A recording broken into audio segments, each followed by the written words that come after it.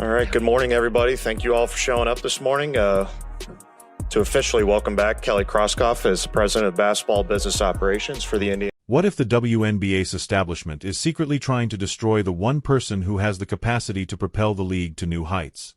Millions of fans feel that Caitlin Clark is the target of a covert war because of a series of shocking on-court incidents, contentious off-court remarks, and a callous, merciless decision from the highest levels of authority, even though this may seem like a crazy fantasy. The reality of this unfolding tale reveals a league at conflict with its own wealth and is far darker and more complex than anyone could have imagined. Caitlin Clark's selection by the Indiana Fever with the first overall pick was heralded as a momentous occasion that would alter the trajectory of women's professional basketball. She wasn't your typical talented rookie. She was a cultural force of nature and a rating supernova who had drastically changed record books and college audiences. Her matches were attracting more people than MLB playoff games and Stanley Cup finals. She was the golden goose, the chosen one, and she was the only one who made the league transition from commercial to private charters. For years, veterans had been demanding this reform. Arenas that once had an abundance of empty seats were selling out in a matter of minutes, and secondary market ticket prices were reaching previously unheard of levels. Caitlin Clark had an instantaneous, noticeable, and sincere influence. Everything was set up for a spectacular coronation, a hero's professional debut that would improve the sport overall. But instead, fire mercilessly and relentlessly baptized her. The welcome mat was taken from under her and replaced with a gauntlet. Her first game made it terrifyingly clear that this would not be an easy transition. The physicality was on an entirely new plane. In addition to occupying space, defenders were bigger, more powerful, and faster.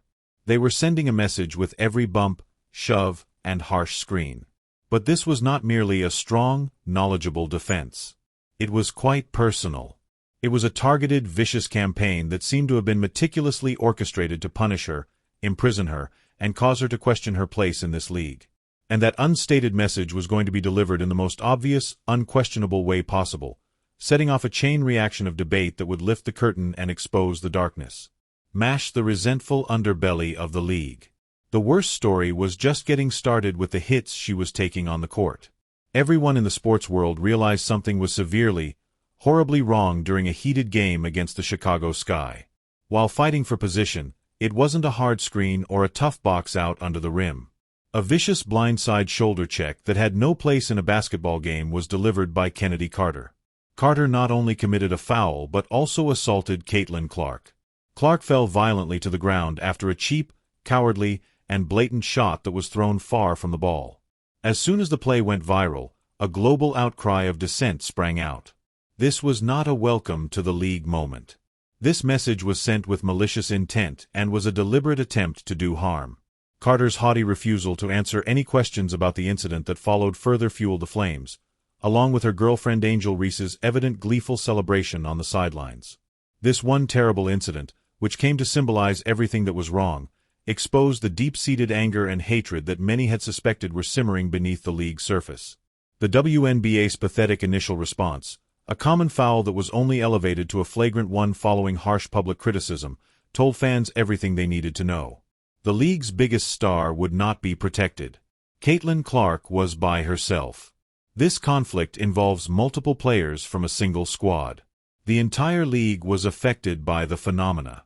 The movement was organized by veterans who felt she had not earned her stripes or paid her dues. While everyone else was talking about the foul and the league's cowardice, a much more horrifying story began.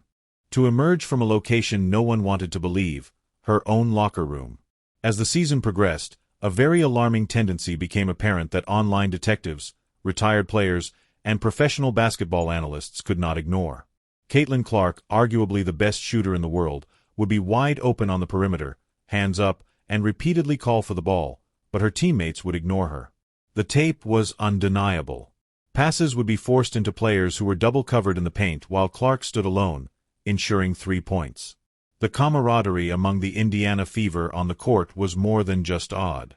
It looked damaged, fractured, and sometimes deliberately sabotaged. Irritated body language and glances at the bench. The group gained notoriety for its tight, silent huddles. The conversation that erupted on social media gave rise to a disturbing and increasingly compelling conspiracy idea. Her own squad was deliberately limiting her touches and freezing her out in order to keep her stats low and degrade her. Were they jealous of the unprecedented amount of media attention, the massive multimillion-dollar Nike contract that came with a trademark sneaker, and the undeniable fact that a 22-year-old rookie was now the focal point of the team's identity?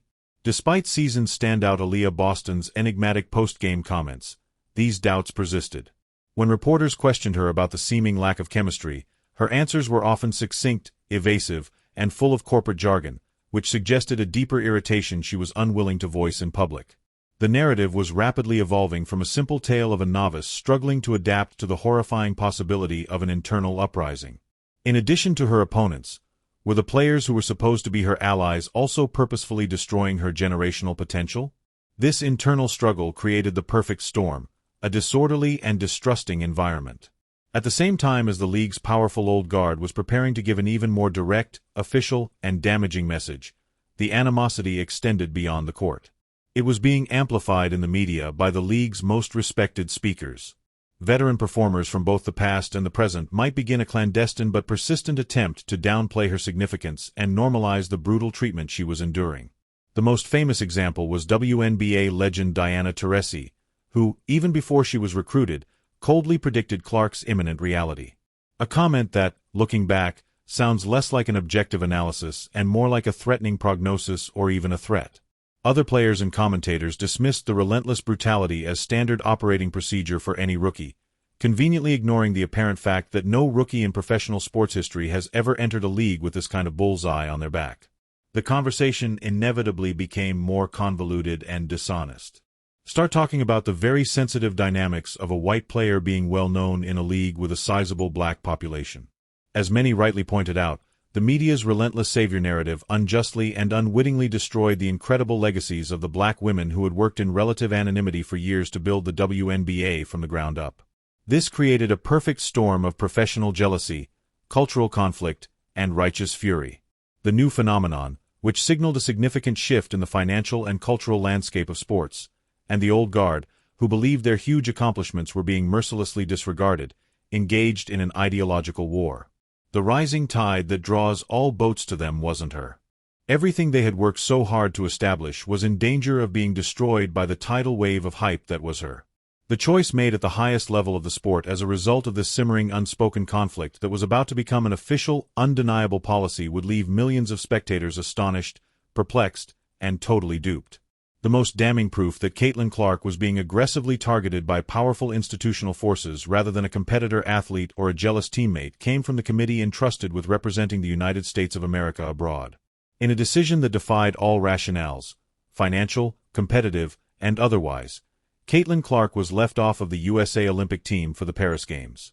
The decision stunned the whole world of international sports. It was incomprehensible. This basketball player was the most watched, talked about, and well-liked in the globe. A woman who recently showed that she could provide a niche sports Super Bowl-level audience. Additionally, she was informed that she lacked the necessary skills to serve as a reserve. The formal explanations provided by the committee were blatantly offensive, flimsy, and evident. They brought up her alleged lack of senior national team experience and her ambiguous wish for unity within the team. Even though some of the players who did make the squad had less experience or were having statistically poorer seasons, everyone with a head recognized the real reason. This was the most effective gatekeeping measure available. The official word from the ivory tower of American basketball was, "You are not one of us. We don't care how well known you are, how many fans you have, or how much money you earn. This elite club has not extended an invitation to you." It was a terrible, self-defeating decision.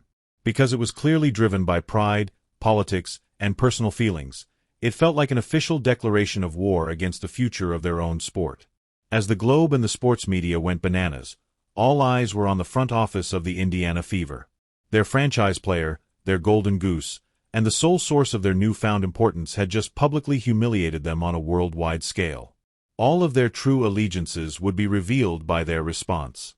With their star player at the center of a global storm, the world eagerly awaited the Indiana Fever organization's return. Fans, commentators, and sponsors all expected a passionate defense of their star. They anticipated a strong press release criticizing the Olympic Committee's ridiculous decision and a public declaration of unwavering support for their distressed child. Rather, they encountered a soul-crushing, purposeful, and deafening silence. Fever. President Lynn Dunn and the rest of the front staff only make corporate-approved remarks about the WNBA season, Caitlin's bright future, and the importance of the long term. There was absolutely no fight, no fire, no anger, and no passion. And in that dreadful moment of inaction, the terrible decision from the video's title was finally revealed. There was not a single hard foul or a controversial roster snub. Not fighting for their most valuable asset was a difficult strategic choice for the Indiana Fever. To avoid upsetting the league's powerful and resentful elite, they chose to play the political game rather than speak up for the individual who was financially sponsoring their team's recovery on their own. It was a devastating betrayal, a clear declaration to Clark that she was a commodity, an asset to be managed and profited from, rather than a player to be supported and defended. They sold her jerseys by the truckload and excitedly packed their arena to the rafters. But when it came time to protect her from the well-established old guard, they shied away. Even her own organization was willing to momentarily endanger her well-being in order to maintain their tenuous position within the league's tight and brutal power structure, as evidenced by this ruthless economic calculation. A terrible truth about the cruelty of professional sports was exposed by the Olympic snub and this deliberate silence. The entire vast struggle is rooted in a fundamental battle between two powerful opposing forces, the relentless money machine and the rigid established culture. Caitlin Clark is the money. Her starting salary is an astonishingly low $76,000, which she most likely recovers for the league in just 1 quarter of play. She is personally responsible for generating tens of millions of dollars for the WNBA overall. Teams that used to play before small crowds in smaller college gyms are suddenly packing 20,000-seat NBA venues because she is on the opposing team. The league's national broadcast rights contract, which is predicted to rise in value from a pitiful $60 million to potentially over $240 million, is almost entirely due to her involvement. By every financial measure, she is the most valuable asset in women's professional sports history. She must contend with a deeply embedded culture as well as an older generation of executives and veterans who feel disregarded, degraded, and vehemently opposed to the significant change she advocates. Instead of seeing her rapid rise as a gift to the sport, they see it as a personal insult, a threat to their established hierarchy, and a challenge to their hard-won heritage. At the moment, the league is involved in a confusing and damaging dilemma. Despite its strong desire for the money, importance, and public exposure that Caitlin Clark offers, it is fundamentally reluctant to embrace the cultural shift that inevitably accompanies her. Important decision-makers appear to be prioritizing the wounded egos of a few powerful veterans over the long-term financial security and quick growth of the entire company, from the Olympic Selection Committee to the league's own front office. This conflict, which makes absolutely no business sense, reveals a league at war with itself, with its biggest star caught in the crossfire. Given her ardent opponents on the court, the potential for coldness in her own locker room, and the league office's startling decisions that go against its own best interests, what is Caitlin Clark's probable future in the WNBA?